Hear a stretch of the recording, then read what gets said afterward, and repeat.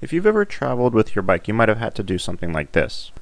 Lugging a large cardboard box around that's difficult to maneuver. There are a few alternatives that make this process easier. The first is a traditional folding bike. There are many different versions, but they typically have these smaller wheels and kind of weird handling.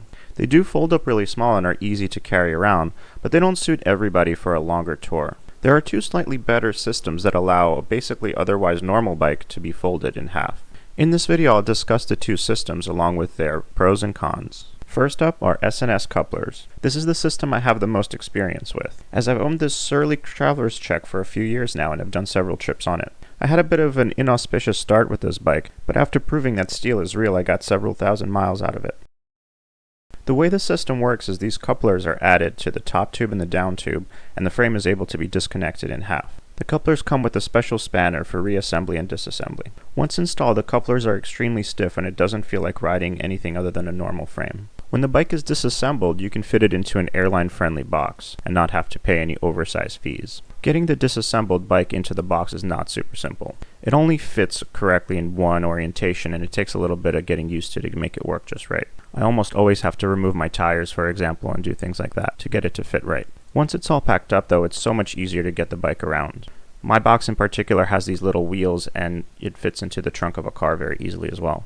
A lot of different manufacturers use S&S couplers on their frames, and they can also be added to a frame of your choosing. There are even a few options in tandem bikes which are notoriously difficult to travel with. The system has been around for a while, according to their website since 1994, and it even managed to appear on a Bulgarian postage stamp.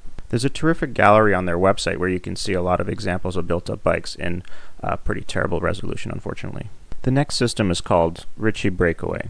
It was developed by the company of one of mountain biking's pioneers, Tom Ritchey. The system is a little different from S&S couplers because the frame isn't cut and then welded with the couplers put in, but rather it's a tubing system that allows the disassembly. The brilliance of the Breakaway system is that it uses the seat post to connect the two tubes. The down tube is cut and has these two flanges which are held together by a clamp pretty similar to what the brewing industry uses. All you need to assemble and disassemble this bike is an Allen key, which you probably already have for your seat post and many other parts on the bike. Unlike the S&S coupler system, you can install this to an already built bike. But there are a bunch of different options from Ritchey, and also a few other manufacturers use this tubing system, notably the Dahon Tornado, or I guess it's supposed to be pronounced Tornado. My Ritchey Breakaway bike is this cyclocross version. I really like this bike and it's very similar to the Surly, I just haven't gotten around to doing a lot of trips on it. As you can see, I haven't even set it up for touring yet. It's got these road tires and I always replace cantilevers with V-brakes. The Ritchey system also includes these cable splitters. They allow you to disconnect your cables with no tools. I went ahead and added these to my Surly as well. Okay, now let's talk about the pros and cons. I want to start off by talking about the pros and cons of both systems. So the first pro is both can be disassembled small and fit inside an airline-friendly case. The disassembly for both systems is very simple. They do take a bit of getting used to line it up just right. Another pro is they both feel like riding a normal bike. There's no additional rattling or flex or any other issues. One of the negatives of both systems is they will add a little bit of weight to your bike frame. It's not a lot and it's totally worth it, but if you're a weight weenie, that's a consideration that you might have. Another negative of both systems is packing them into one of these airline boxes is actually kind of complicated. It's a nice option to have that you don't have with other bikes, but it does take me at least like an hour to get this all working. The last con for both systems is they're pretty expensive. I've never had S&S couplers added to a frame, but I know that it's at least a 4-figure sum to get it done. The traveler's check that I ride is basically the S&S coupled version of the cross check and it cost I think 3 times as much at retail. The Ritchey bikes are not super expensive, but still you can get a much cheaper bike with similar components. Now let's discuss the pros and cons of each system individually. A huge pro the S&S system has over Ritchey Breakaway is you can have it done to an older bike. Their website gallery has tons of examples of older mountain bikes and various other bikes that people want to use for touring with the S&S system built in. Another pro, and this may seem a little superficial, but the lugs seem a lot stronger than the Ritchey system, which is this dainty little clamp and an additional braze-on. I haven't read many reports of either system failing, so I'm not sure how much this actually matters. One of the downsides of S&S couplers is you can only install these things on steel and titanium tubing. You wouldn't be able to install these things on aluminum or carbon or, bamboo bikes. Also, the S&S system is a little bit heavier than the Ritchey. According to their literature, the S&S couplers add around 8 ounces to your bike. The Ritchey clamp and additional braze-on couldn't possibly be even half of that. Another downside is they require a special spanner.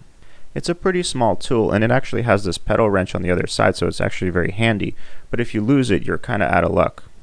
Another downside, and this is actually a pretty big one, is you need a lot of torque to get the frame to stay together. The user guide says you need about 35 pound-feet, which is like 47 Newton meters. About half the bullet points in the user guide talk about how important it is to inspect the torque all the time and how you should do it every single day. That said, it's probably not a bad idea to check your critical components on a regular basis anyway. One of the bullet points mentions how painful it is to actually get that much torque out of the tiny wrench. Failure to torque the couplers properly will actually cause the frame to wobble loose, and I've actually had this happen a few times. As a result, I'd never go on a ride without bringing a spanner with me. I found this a little bit ridiculous when I first read it, but there's only one type of grease that's approved for use with S&S couplers, and it's very expensive. It's over $20 a tube. There's a page dedicated to grease tests on their website. The website hasn't been updated in a few years, so I don't know if they've kept up with grease technology, but you should definitely consider yourself warned. So on the Ritchey Breakaway side, you're going to have a lighter weight system, as discussed earlier. I also feel like they deserve another shout out for the cable couplers, even though they're adaptable to any bike that you want to put them on. The Ritchey system doesn't require any special proprietary tools. Most people already carry an Allen wrench, and you can easily find one if you don't have it. I did read of a lot of people who carry a spare coupler ring just in case the one that they have breaks. Seems like it's better to be safe than sorry, but not completely necessary. So the Ritchey system is actually available in carbon, so there you go. Lastly, there's no special torque requirements. You just need 5 Newton meters, which is a pretty normal amount of torque for getting the bolts tightened.